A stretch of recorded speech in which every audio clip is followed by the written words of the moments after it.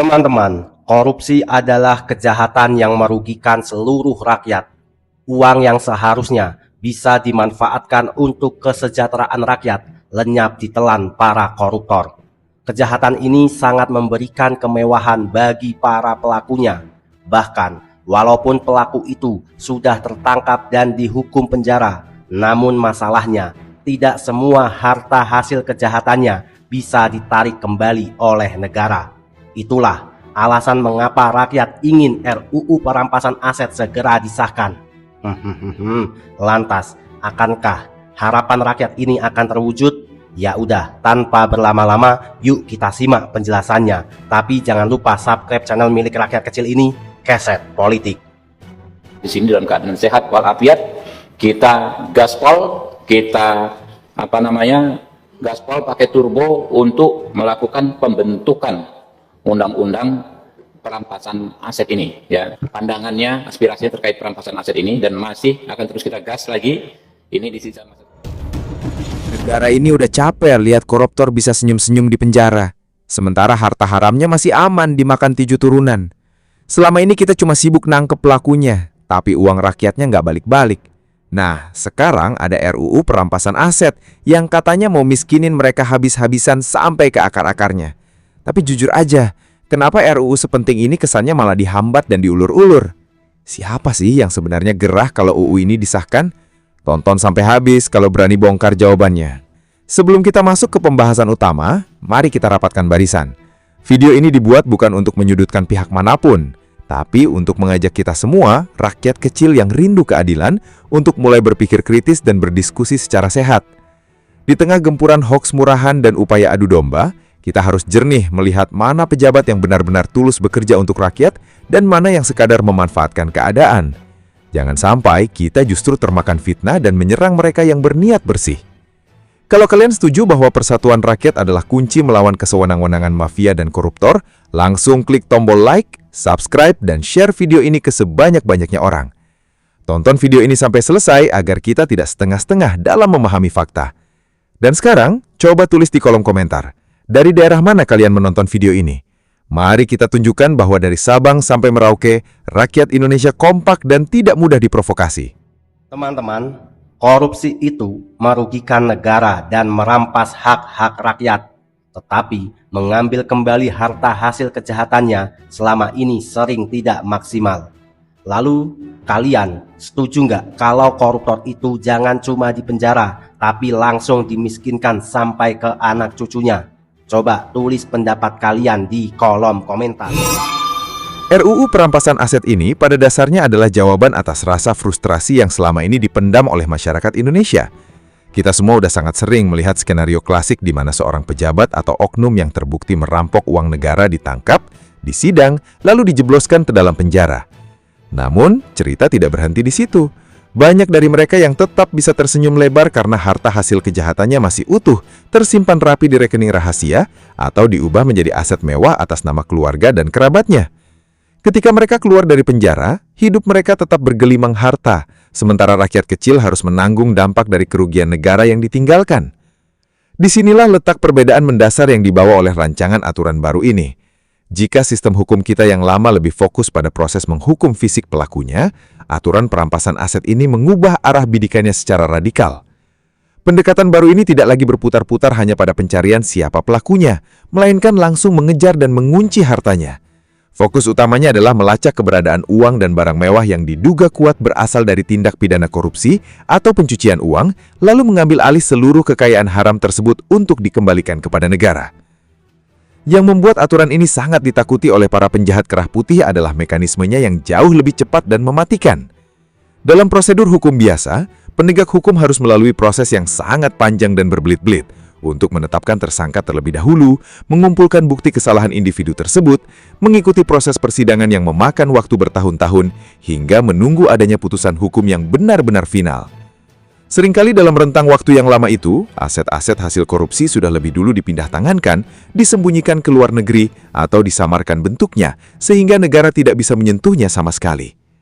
Dengan adanya mekanisme perampasan aset non-pemidanaan, peta permainannya berubah total. Penegak hukum diberikan kewenangan untuk menyita dan merampas harta yang terindikasi kuat berasal dari tindak pidana atau pencucian uang tanpa harus menunggu proses pemidanaan terhadap pelakunya selesai.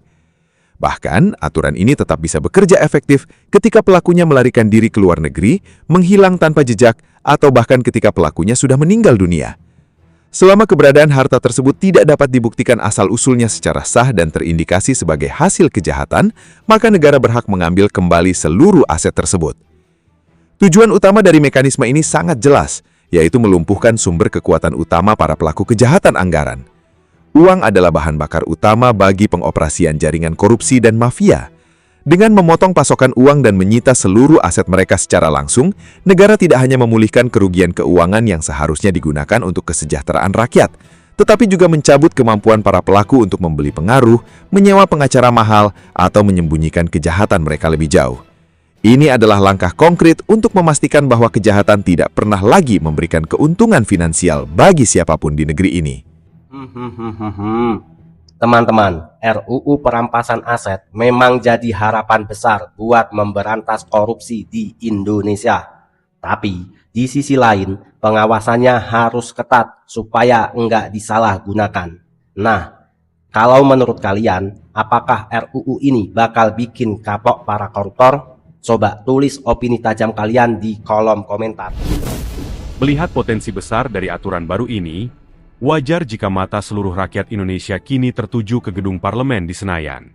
Bola panas pembahasan rancangan aturan perampasan aset ini sekarang berada tepat di tangan para wakil rakyat, khususnya para anggota dewan yang duduk di Komisi 3. Di satu sisi, para anggota dewan berulang kali menyampaikan ke publik bahwa mereka mendukung penuh dan ingin bergerak cepat untuk segera membahas serta mengesahkan aturan ini menjadi undang-undang yang sah.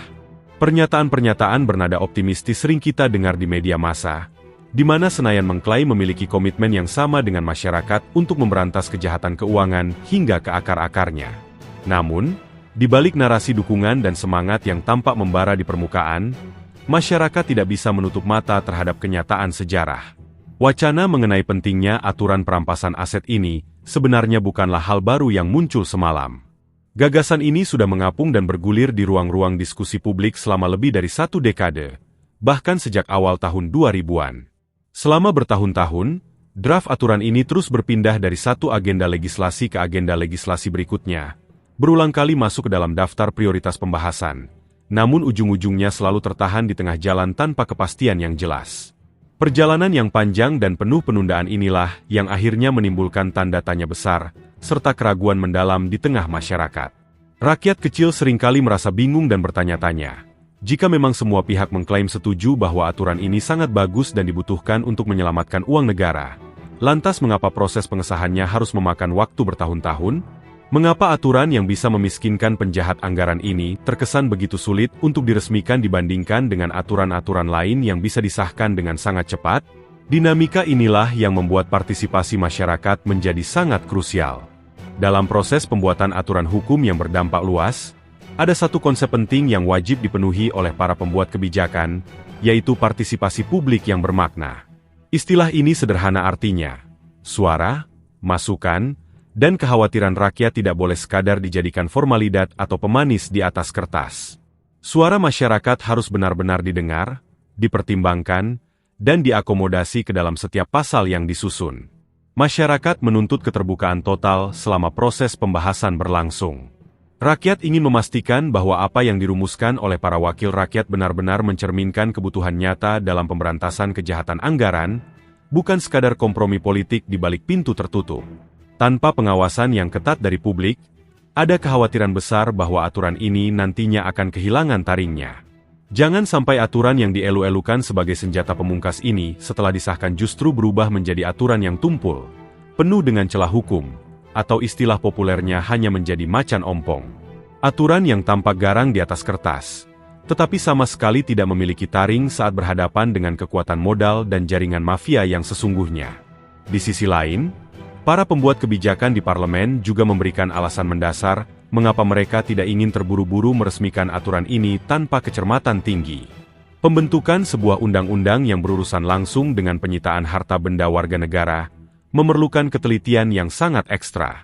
Jika sebuah aturan dibuat secara tergesa-gesa hanya untuk mengejar kepuasan instan atau sekadar meredam tekanan publik, dikhawatirkan aturan tersebut akan melahirkan masalah baru di kemudian hari. Aturan yang buruk dan tidak matang hanya akan menciptakan kepastian hukum yang kabur, sehingga berpotensi menimbulkan perlawanan hukum yang tiada henti, membingungkan para penegak hukum di lapangan, atau bahkan memaksa negara melakukan revisi dan bongkar pasang aturan secara terus-menerus. Oleh karena itu, posisi masyarakat saat ini harus sangat jelas dan tegas. Rakyat tidak boleh berhenti mengawal, memantau, dan menyuarakan dorongan agar proses pembahasan di DPR tetap berjalan lurus sesuai koridor kepentingan publik. Kita mendukung penuh niat untuk menyegerakan hadirnya aturan yang tegas melawan penjahat keuangan. Namun di saat yang sama, kita juga harus menjadi pengawas yang kritis. Jangan sampai kelengahan rakyat dimanfaatkan oleh oknum-oknum tertentu untuk menyisipkan pasal-pasal yang melonggarkan hukuman, atau justru menutup celah perampasan aset milik kelompok mereka sendiri. Dukungan publik yang kuat dan pengawasan yang tak pernah kendur adalah dua hal yang harus berjalan beriringan. Hanya dengan cara inilah rakyat bisa memastikan bahwa aturan perampasan aset yang nantinya lahir benar-benar menjadi instrumen hukum yang perkasa, adil, transparan, dan sanggup mengembalikan setiap rupiah uang rakyat yang telah dicuri tanpa ada intervensi atau kompromi politik sedikit pun. Di tengah dorongan kuat agar aturan perampasan aset ini segera disahkan, ada satu sisi krusial yang tidak boleh kita abaikan sama sekali. Pemberantasan kejahatan keuangan memang harus dilakukan secara tegas dan tanpa kompromi, tetapi prosesnya tetap tidak boleh menabrak asas keadilan serta hak-hak dasar warga negara. Dalam dunia hukum, aturan yang memberikan kewenangan sangat besar kepada aparat penegak hukum selalu menyimpan dua sisi mata uang. Di satu sisi bisa menjadi pedang yang sangat tajam untuk membela rakyat, namun di sisi lain berisiko menjadi senjata yang berbalik melukai orang-orang yang tidak bersalah jika tidak diberi batasan yang jelas. Kekhawatiran terbesar masyarakat dalam penerapan aturan ini adalah potensi terjadinya penyalahgunaan kekuasaan. Bayangkan sebuah skenario di mana lembaga penegak hukum diberikan kewenangan untuk membekukan, menggeledah, hingga menyita harta benda seseorang secara langsung, bahkan sebelum orang tersebut ditetapkan sebagai tersangka atau dibuktikan bersalah di hadapan hakim. Jika kewenangan yang luar biasa besar ini tidak dipagari dengan aturan yang sangat ketat, dikhawatirkan akan muncul praktik-praktik kesewenang-wenangan di lapangan. Aturan ini berisiko dimanfaatkan oleh oknum aparat untuk menakut-nakuti warga, melakukan pemerasan, atau bahkan dijadikan alat politik oleh pihak yang sedang berkuasa untuk membungkam lawan-lawan politik mereka dan menargetkan pebisnis yang tidak mau berkompromi. Oleh karena itu, keberadaan mekanisme pengawasan peradilan menjadi syarat mutlak yang tidak bisa ditawar-tawar. Setiap tindakan paksa yang akan diambil oleh aparat penegak hukum, mulai dari melacak rekening, membekukan simpanan di bank, melakukan penggeledahan rumah atau kantor, hingga menyita barang-barang berharga, tidak boleh dilakukan secara sepihak atas kemauan aparat itu sendiri. Seluruh proses tersebut wajib mengantongi izin resmi dan persetujuan tertulis dari Ketua Pengadilan Negeri setempat. Mekanisme ini berfungsi sebagai benteng pertahanan bagi masyarakat agar setiap tindakan penyitaan benar-benar didasari oleh bukti awal yang kuat, rasional, dan transparan, bukan sekadar atas dasar kecurigaan yang dicari-cari atau asumsi sepihak. Selain pengawasan dari pengadilan, jaminan atas hak asasi manusia dan kepastian hukum juga harus tetap dijaga dengan sangat kuat. Kita harus ingat bahwa di dalam sebuah keluarga atau jaringan bisnis, tidak semua orang terlibat dalam tindakan ilegal. Jangan sampai karena kesalahan atau kejahatan yang dilakukan oleh satu orang oknum, seluruh harta benda milik keluarga, pasangan, atau mitra bisnis yang didapat secara sah dan jujur ikut terseret dan dirampas begitu saja oleh negara. Aturan ini harus mampu memisahkan secara sangat teliti mana aset yang benar-benar berasal dari uang haram hasil kejahatan, dan mana aset pribadi yang didapat dari keringat serta usaha yang halal. Untuk mengakomodasi hal tersebut, aturan ini juga wajib memberikan ruang perlawanan hukum yang adil bagi siapa saja yang merasa dirugikan. Jika ada warga masyarakat, ahli waris, atau pihak ketiga yang beritikat baik merasa bahwa harta benda miliknya disita secara tidak sah atau salah sasaran, mereka harus diberikan hak penuh untuk mengajukan keberatan atau gugatan perdata di pengadilan. Proses pembuktian ini harus dibuka secara terang benderang, di mana pemilik aset diberikan kesempatan yang seluas-luasnya untuk menunjukkan bukti-bukti sah bahwa kekayaan yang mereka miliki diperoleh dari sumber yang legal dan bersih dari tindak kejahatan. Satu hal lagi yang tidak kalah penting adalah pembatasan kondisi dalam perampasan aset itu sendiri. Aturan ini idealnya dirancang tidak hanya untuk merampas harta pada kondisi-kondisi darurat tertentu, seperti ketika pelaku kejahatan melarikan diri ke luar negeri, menghilang tanpa jejak, meninggal dunia, atau diputus lepas oleh pengadilan. Lebih dari itu, aturan ini harus menjadi instrumen yang fleksibel namun tetap terukur dalam segala situasi di mana keberadaan harta hasil kejahatan telah teruji dan terbukti secara teknis hukum, tanpa mengorbankan prinsip-prinsip keadilan dasar. Pada akhirnya, merumuskan aturan perampasan aset adalah ujian kedewasaan bagi sebuah negara hukum. Tantangan utamanya bukan sekadar seberapa keras dan seberapa garang kita ingin memiskinkan para penjahat anggaran, melainkan seberapa cerdas negara ini dalam merumuskan aturan yang tegas terhadap koruptor sekaligus tetap mampu melindungi hak-hak sipil warga negaranya. Aturan yang ideal adalah aturan yang sanggup memberikan efek jera yang luar biasa bagi para perampok uang rakyat, tetapi di saat yang sama memberikan rasa aman dan perlindungan hukum yang utuh bagi seluruh rakyat kecil yang hidup jujur dan taat pada aturan. Sebagai rakyat biasa yang sederhana, kita semua tentu menyimpan satu doa dan harapan yang sama di dalam dada. Di bawah kepemimpinan Presiden Prabowo Subianto, kita merindukan Indonesia yang semakin hari semakin baik, semakin kuat, serta makin berani berdiri tegak menghadapi para mafia dan koruptor yang selama ini tanpa belas kasihan merampok uang rakyat. Kita ingin melihat sebuah pemerintahan yang benar-benar tidak memberi ruang sedikit pun bagi para perampok anggaran yang telah menyengsarakan kehidupan masyarakat kecil dari generasi ke generasi. Harapan besar ini juga kami titipkan secara khusus kepada para anggota Dewan yang terhormat di Senayan. Ingatlah bahwa para bapak dan ibu yang duduk di kursi parlemen adalah wakil dari kami, rakyat biasa yang polos, yang bekerja keras setiap hari hanya untuk menyambung hidup dan membesarkan anak-anak kami. Kursi dan posisi yang kalian duduki saat ini bukanlah hadiah atau kekuasaan mutlak, melainkan sebuah amanah serta mandat yang sangat berat dari rakyat. Jabatan itu sifatnya hanya sementara dan akan berputar. Suatu hari nanti, masa jabatan itu pasti akan berakhir. Namun warisan serta kebaikan yang kalian tinggalkan untuk bangsa ini akan terus dicatat oleh sejarah dan diingat oleh anak cucu kita. Mumpung saat ini kalian memegang mandat dan kepercayaan dari rakyat, buatlah yang terbaik untuk negara tercinta ini. Rancangkanlah rancangan undang-undang perampasan aset ini dengan sebaik-baiknya, sejelas-jelasnya, dan seadil-adilnya. Kami tidak hanya ingin melihat para koruptor itu dijebloskan ke dalam penjara, tetapi kami juga menuntut agar seluruh aset dan harta haram hasil kejahatan mereka disita tanpa sisa untuk mengembalikan kerugian negara. Harta yang mereka rampok itu bukanlah milik pribadi mereka, melainkan hak seluruh rakyat Indonesia yang seharusnya digunakan untuk membangun sekolah yang layak, membiayai fasilitas kesehatan yang murah, memperbaiki jalan-jalan yang rusak, dan memakmurkan kehidupan petani serta nelayan kecil di seluruh pelosok negeri. Meskipun rasa kecewa seringkali menghampiri saat kita melihat skandal korupsi terus berulang, kami sebagai rakyat Indonesia tidak pernah kehilangan optimisme. Kami masih sangat percaya bahwa di tengah gempuran godaan kekuasaan, masih banyak pejabat, wakil rakyat, dan aparat penegak hukum yang berintegritas, bersih, serta tulus bekerja siang dan malam demi kesejahteraan rakyatnya.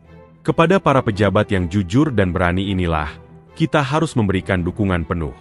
Jangan sampai mereka yang tulus berjuang justru berjalan sendirian di tengah kepungan arus fitnah dan serangan dari oknum-oknum yang merasa terganggu oleh hadirnya keadilan.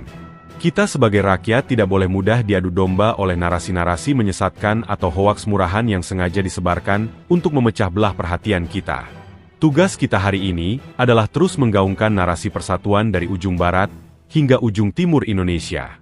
Hanya dengan persatuan yang kokoh antara rakyat dan pejabat yang bersih, kita bisa menjaga kedaulatan serta kewibawaan negara yang sangat kita cintai ini. Ketika rakyat bersatu dan bersuara dengan jernih, tidak ada satupun kekuatan mafia atau kelompok kepentingan yang sanggup merobohkan cita-cita keadilan di tanah air kita. Mari kita kawal bersama perjalanan aturan penting ini hingga benar-benar disahkan.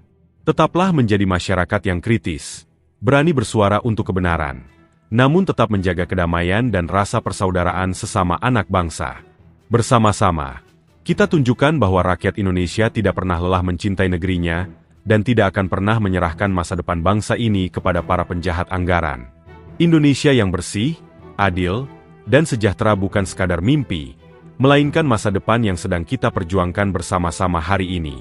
Oke teman-teman, terima kasih masih bersama Keset Politik.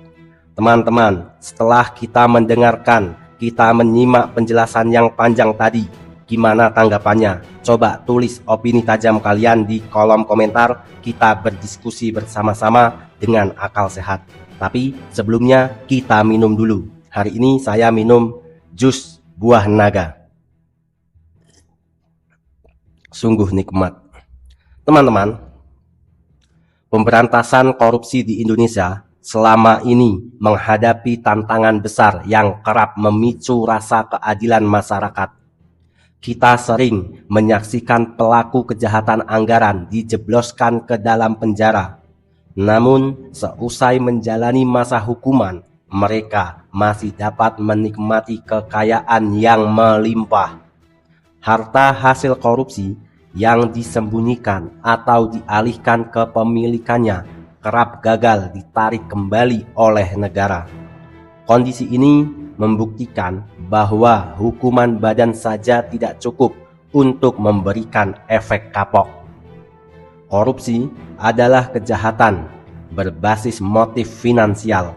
Selama keuntungan finansial tersebut masih bisa dinikmati, kejahatan serupa akan terus berulang. Teman-teman, rancangan undang-undang perampasan aset hadir sebagai instrumen hukum yang sangat krusial untuk menjawab persoalan tersebut. Berbeda dengan pendekatan hukum konvensional yang berfokus pada penghukuman fisik pelaku, RUU ini menerapkan mekanisme perampasan aset non-pemindahan. Artinya, fokus utama penegakan hukum digeser secara langsung kepada pencarian dan penyitaan harta benda yang diduga kuat berasal dari tindak pidana korupsi atau pencucian uang. Penegak hukum dapat merampas aset ilegal tersebut tanpa harus menunggu proses pemidanaan. Bahkan, dalam situasi di mana pelaku melarikan diri atau meninggal dunia atau tidak diketahui keberadaannya, dengan memutus aliran dana dan menyita seluruh kekayaannya, negara tidak hanya memulihkan kerugian keuangan publik, tetapi juga melumpuhkan kekuatan finansial para pelaku kejahatan. Teman-teman, meski urgensi aturan ini sangat nyata, perjalanan RUU perampasan aset di tingkat legislasi berjalan sangat lambat. Gagasan mengenai pentingnya aturan ini tengah bergulir selama lebih dari 2 dekade. Namun, pembahasannya di lembaga legislatif terus mengalami penundaan. Fenomena ini, teman-teman, menimbulkan spekulasi dan keraguan di tengah publik mengenai komitmen politik para pembuat undang-undang. Masyarakat menuntut adanya keterbukaan dan partisipasi publik yang bermakna dalam setiap tahap pembahasan di DPR. Pengawasan ketat dari masyarakat sangat diperlukan agar rancangan aturan ini disahkan menjadi undang-undang yang benar-benar tajam dan efektif, bukan sekedar kompromi politik yang tumpul di lapangan. Teman-teman, di sisi lain, penerapan kewenangan yang begitu besar kepada aparat penegak hukum memerlukan prinsip kehati-hatian yang tinggi. Penyitaan aset yang dilakukan sebelum adanya putusan pidana tetap memiliki resiko penyalahgunaan kekuasaan. Untuk mencegah terjadinya tindakan sewenang-wenang yang dapat merugikan warga negara yang tidak bersalah, proses penegakan hukum harus dipagari oleh mekanisme kontrol peradilan. Setiap tindakan paksa seperti pemblokiran rekening, penggeledahan, hingga penyitaan harta wajib mendapatkan izin resmi dari Ketua Pengadilan Negeri. Selain itu, teman-teman, jaminan perlindungan hak asasi manusia serta hak bagi pihak ketiga yang beritikat baik untuk mengajukan keberatan secara perdata harus tetap dijamin secara transparan.